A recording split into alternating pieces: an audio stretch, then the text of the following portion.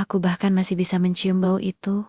Kalau aku mengingat malam itu terlalu lama, bau formalin yang menusuk, bercampur dengan udara dingin dari pendingin ruangan yang seolah membekukan paru-paruku setiap kali aku menarik napas. Aku sudah terbiasa dengan aroma kematian, atau setidaknya, aku pikir aku sudah terbiasa, tapi malam itu, entah kenapa semuanya terasa berbeda. Aku sudah bekerja di Rumah Sakit Jagaraga selama hampir 3 tahun. Rumah sakit tua di pinggiran kota. Bangunannya masih mempertahankan arsitektur peninggalan Belanda, dengan koridor panjang dan lampu neon yang kadang berkelap-kelip, seperti mau padam. Aku bekerja di bagian administrasi malam, dan sering diminta membantu di kamar jenazah ketika staf jaga berkurang. Biasanya tidak ada masalah, tapi malam itu, sesuatu di dalam ruangan itu terasa salah. Hari itu hujan turun deras sejak sore. Listrik sempat padam beberapa kali. Banyak pasien meninggal hari itu.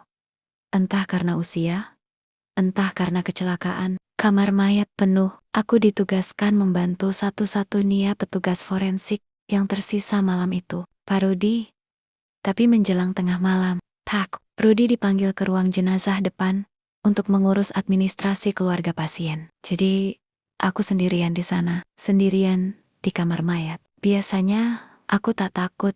Aku tahu semua tubuh yang ada di sana hanyalah jasad, kosong, tanpa jiwa. Tapi malam itu, suhu di ruangan itu terasa lebih dingin dari biasanya. Lampu putih pucat di langit-langit bergetar, menimbulkan suara mendengung yang tidak nyaman. Di luar, angin malam berdesir, membawa aroma tanah basah, dan sesuatu yang asing. Sesuatu seperti logam berkarat. Aku duduk di meja catatan, memeriksa daftar nama dan waktu kedatangan. Tapi mataku terus melirik ke arah 6 peti pendingin di sisi ruangan. Semua tertutup rapat. Namun, entah kenapa, aku punya firasat. Salah satunya tidak benar-benar diam. Awalnya hanya suara kecil, seperti sesuatu yang bergeser pelan di dalam logam. Aku mencoba mengabaikannya. Pikiranku lelah. Mungkin hanya efek suara dari mesin pendingin yang sudah tua. Tapi suara itu muncul lagi. Kali ini lebih jelas, seperti kuku yang menyeret permukaan besi dari dalam.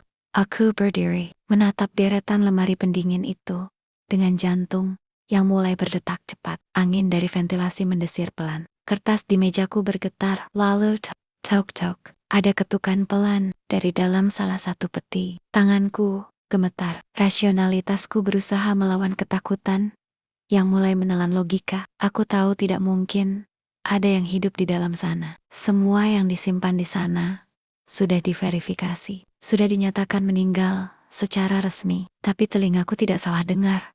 Ada yang mengetuk dari dalam. Aku menelan ludah. Mungkin tikus, pikirku. Tapi tikus tak mungkin mengetuk seperti manusia. Suara itu berhenti. Hening.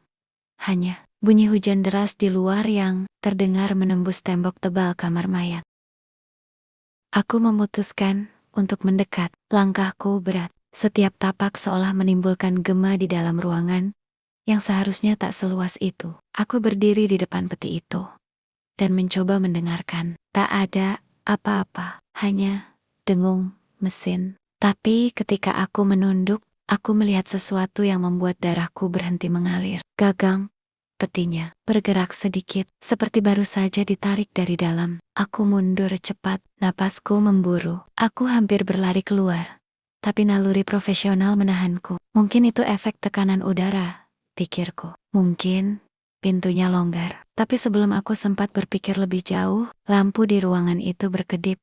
Sekali, 2 kali. Lalu jalap total. Suara hujan di luar kini terdengar jauh. Tapi ada sesuatu yang lain. Sesuatu yang mendesis pelan di antara kegelapan. Aku mencoba meraba meja untuk mencari senter. Tapi jari-jariku malah menyentuh sesuatu yang dingin.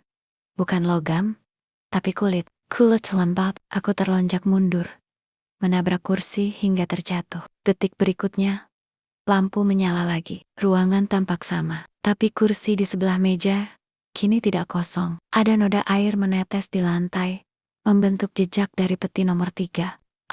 Lalu sesuatu di pojok ruangan bergerak. Bukan bayangan. Itu tinggi, pucat, rambutnya menutupi sebagian wajah. Ia berdiri di sisi meja otopsi. Dia menenduk. Tubuhnya basah, seolah baru diangkat dari air. Aku tahu semua yang tersimpan malam itu laki-laki. Tidak ada perempuan, tapi yang berdiri di sana jelas seorang wanita. Aku ingin menjerit, tapi suaraku hilang.